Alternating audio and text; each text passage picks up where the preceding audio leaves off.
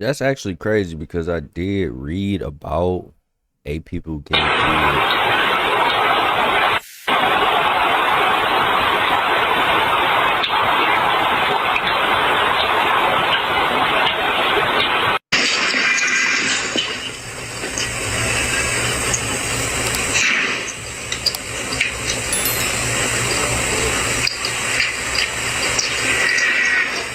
You could see in his eyes, nothing behind the eyes, dead behind the eyes, no soul, NPC, non-player character.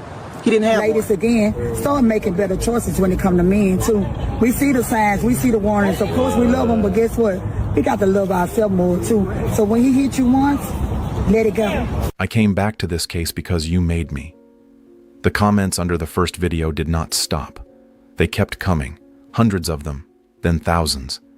And the same questions kept rising to the top no matter how many times I read through them. Why did he kill his own children? Who was the second woman? Was he on something? What happened on that date with his daughter the night before? And one question that kept appearing in the more private corners of the comment section that I am going to address directly before this video is over.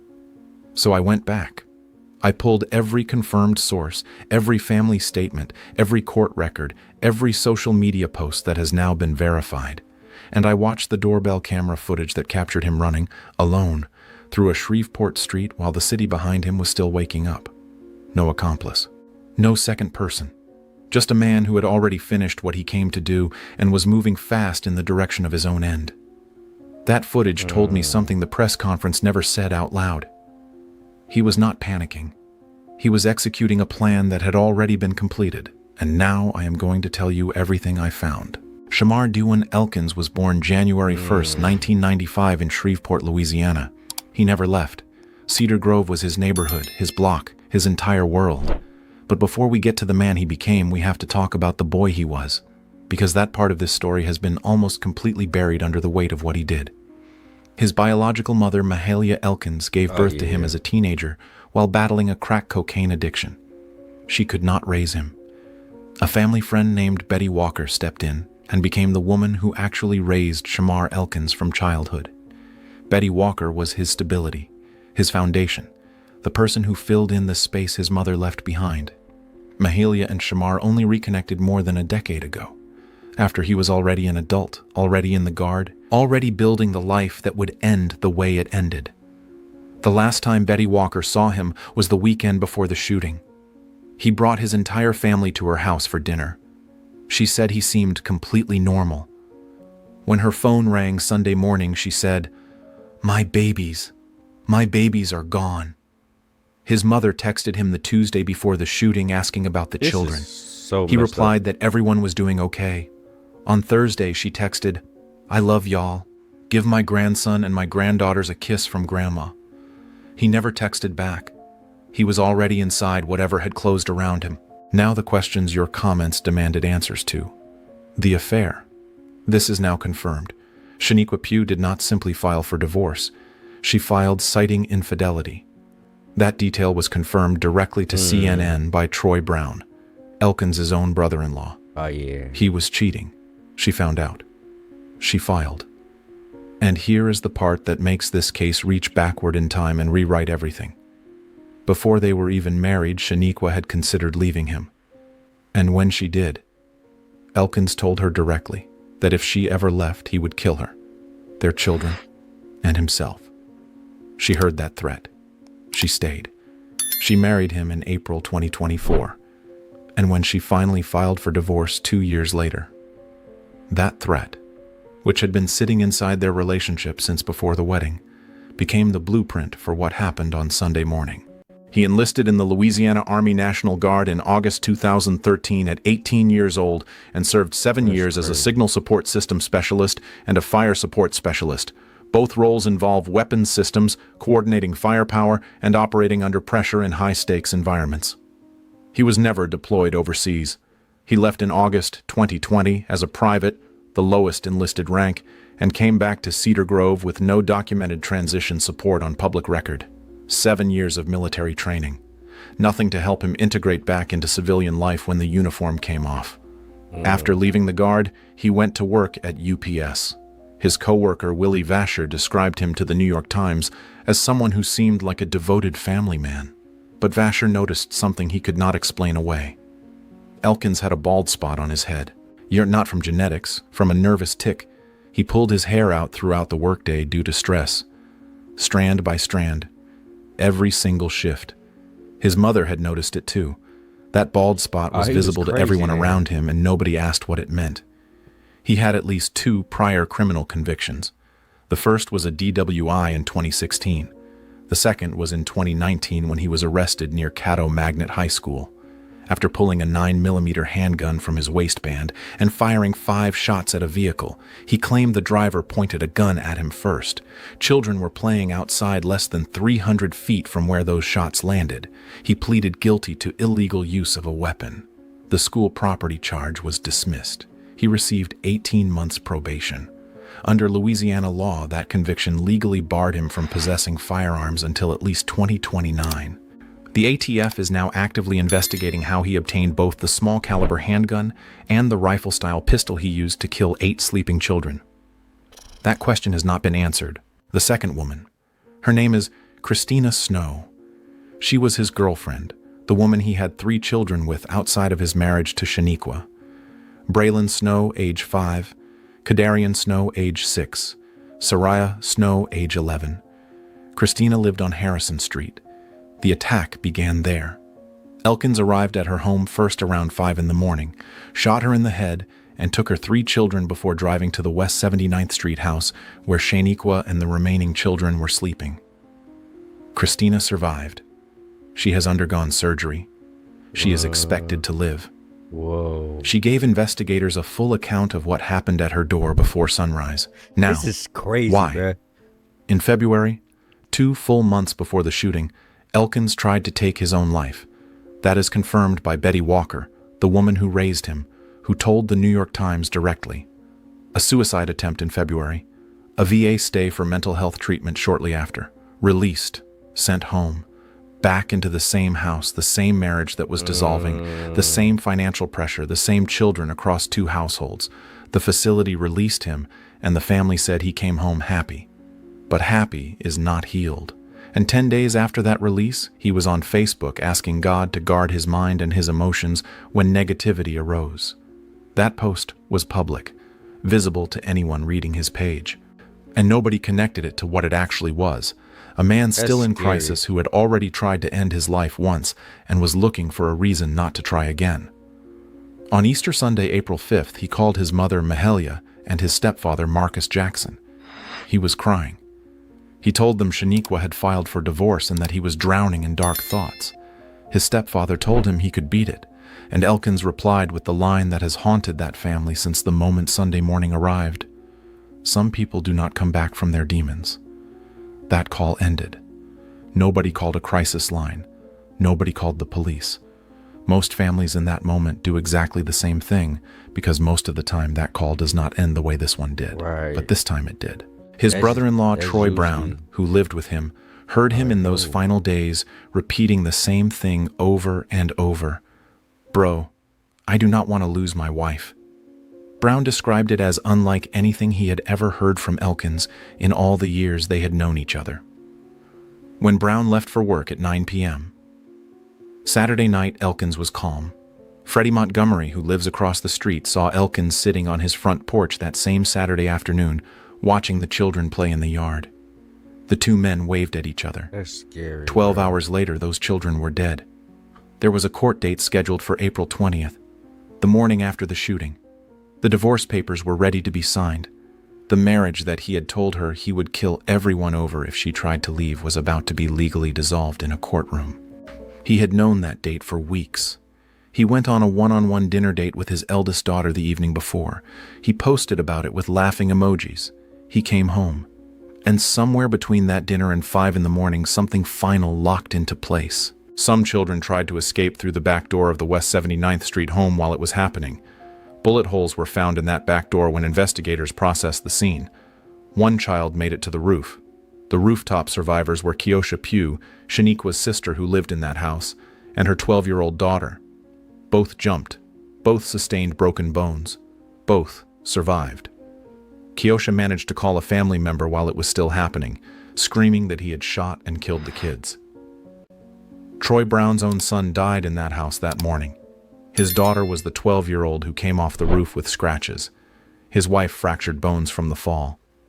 Brown said through tears, "I am never going to get to throw the football with him again." These were 8 babies, precious babies, babies that I helped raise daily, on a daily basis. Was he on medication or drugs? No toxicology report has been publicly released. What is confirmed is that his VA treatment involved a mental health protocol during his stay, but the specific medications or treatments have not been disclosed by any official source. What we know is that he had a documented suicide attempt in February, a VA inpatient stay, a release, 10 days of visible crisis on his own Facebook page, and a phone call to his family where he told them directly he did not know if he would survive his own demons. Mental health is real, honestly. I feel like when people show signs of like distance and stuff like that, it should never be overlooked. Like, it don't matter. Like, even the strongest survivors fall to their own thoughts sometimes, you know what I'm saying? So it don't matter how strong a person looks. If a person is going through something and you know this, or you are aware of the situation in any way, shape, or form, help out, bro. Reach out, you know what I'm saying? And if they can't, bro, like go to dinner with them, you know what I'm saying? Go out with them, bro. Do something productive with them to get their mind off of what's actually going on, because mental health is real for males and females, like men and women. Mental health is real. Like, talk to somebody. Please pray about it. Talk to somebody. Health crisis, it is people. There are people that care about you. Reach out to them. Reach out to these lines. Reach out to these suicide lines and get help if you need it. No matter. It does not matter how little it may seem to someone. We are all human. We all have different emotions. So reach out to somebody if you see the despair in them. Please. Whether any pharmaceutical factor contributed to what happened that morning is a question the full investigation has to answer publicly.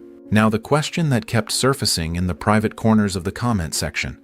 Several posts circulating on Facebook and TikTok, unconfirmed by any official source or named investigator, suggested that the infidelity Shaneiqua cited in her divorce filing may have involved another man, that Elkins may have been living a private life that was hidden from everyone around him. This has not been confirmed. No family member on record has named it. No investigator has addressed it. What is confirmed is that the divorce was filed for infidelity. The nature of that infidelity has not been publicly specified. Whether there was a hidden dimension to his personal life that deepened the crisis around the divorce is something this investigation has not addressed openly. It may never be addressed. But this community asked it directly, and it deserved to be named for exactly what it is.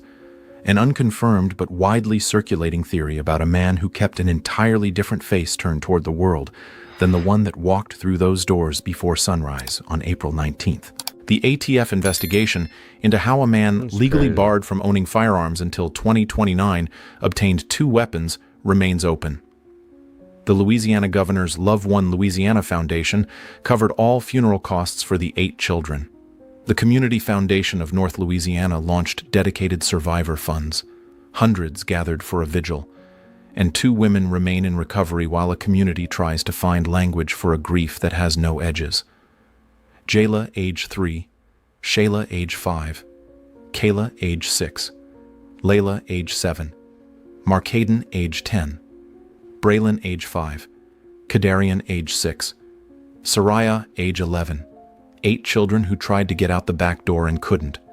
8 children whose father sat on the front porch the afternoon before and watched them play in the yard. It's crazy. 8 children whose grandmother texted their father 2 days before asking for a kiss to pass along.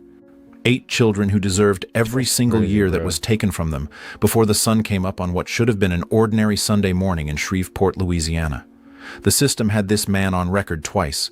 It had a February suicide attempt that was known to the people who raised him. It had a VA release back into an active crisis. It had a divorce filing for infidelity. It had a court date the next morning. It had a pre-marriage death threat that the woman he married had already survived once.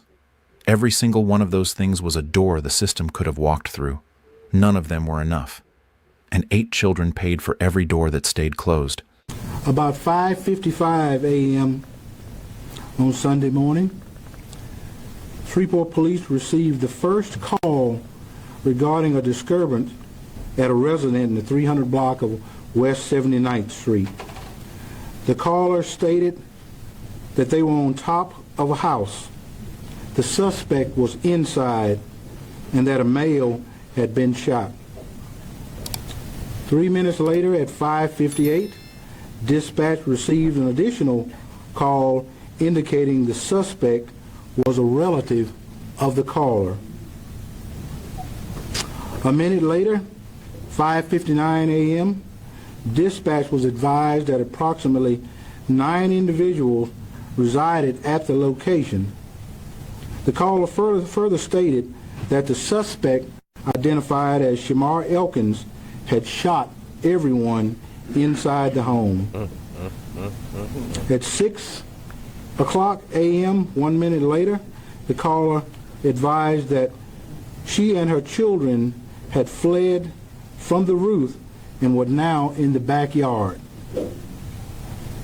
6:01 a.m., officers arrived on the scene. 6:03, officers made contact with the caller at the residence. At 6:05 approximately, officers requested the Shreveport Fire Department to stage at a nearby location close to Linwood. 6:07 a.m., a second call was received regarding a shooting in the 500 block of Harrison Street. The caller stated that her boyfriend had shot her, taken her 3 children, and fled the scene. 6:08 a.m., the victim identified the suspect as Shamar Elkins.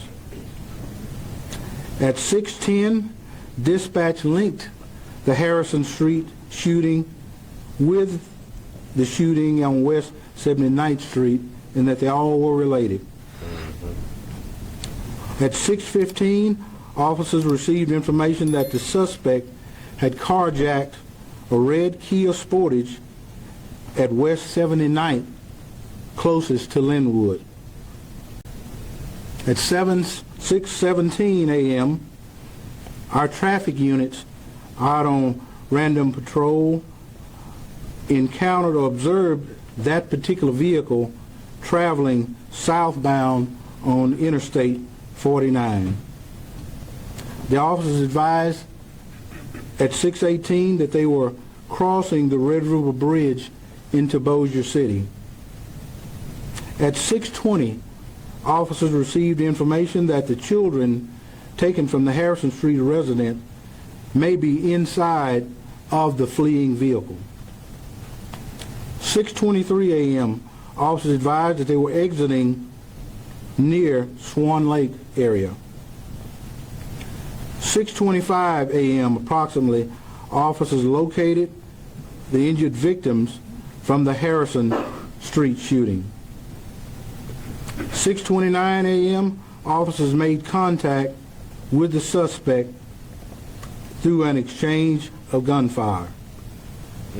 At 6:30 a.m., officers confirmed contact with the suspect in the 400 block of Brompton Lane. 6:40 a.m., officers advised that the suspect vehicle was empty and no children were located inside. 6:43 a.m., officers cleared the resident of West 79th Street where multiple deceased victims were located. 7:03 a.m., Shamar Elkins was pronounced deceased at the scene on Brompton Lane. 7:14 a.m., the Shreveport Police Department contacted the Louisiana State Police Investigative Division, and they began their deployment to the Bossier City address to begin to investigate the officer-involved shooting. That is crazy. That is a crazy As of right situation, now, man. the police won't. We gonna watch that too. But that's a crazy situation, bro. I'm not gonna let it up, man. It's like the fact that a man could literally kill all his kids is just mind boggling. Like, and then little children, like 2 years up, like babies. Ah, man, I can't even imagine, bro. I can't even imagine. It's like I'm trying to, but to really think about it and grasp the idea of a firearm being pointed at a live baby and then shot, it's just crazy, bro. Make sure y'all sub. Me, feel me? If y'all didn't have a sub already, make sure y'all drop a like on this video. If you made it to this part of the video, you might as well drop a like on this video. We will eventually get outros, intros, and all that. But right now, we gotta do what we gotta do until we can do what we want to do. We started from zero. You feel me? This is a journey, bro. And success is the journey. I'm ready to go. I'm ready to go. I'm ready to go. I'm ready to go. I love y'all. Let's go.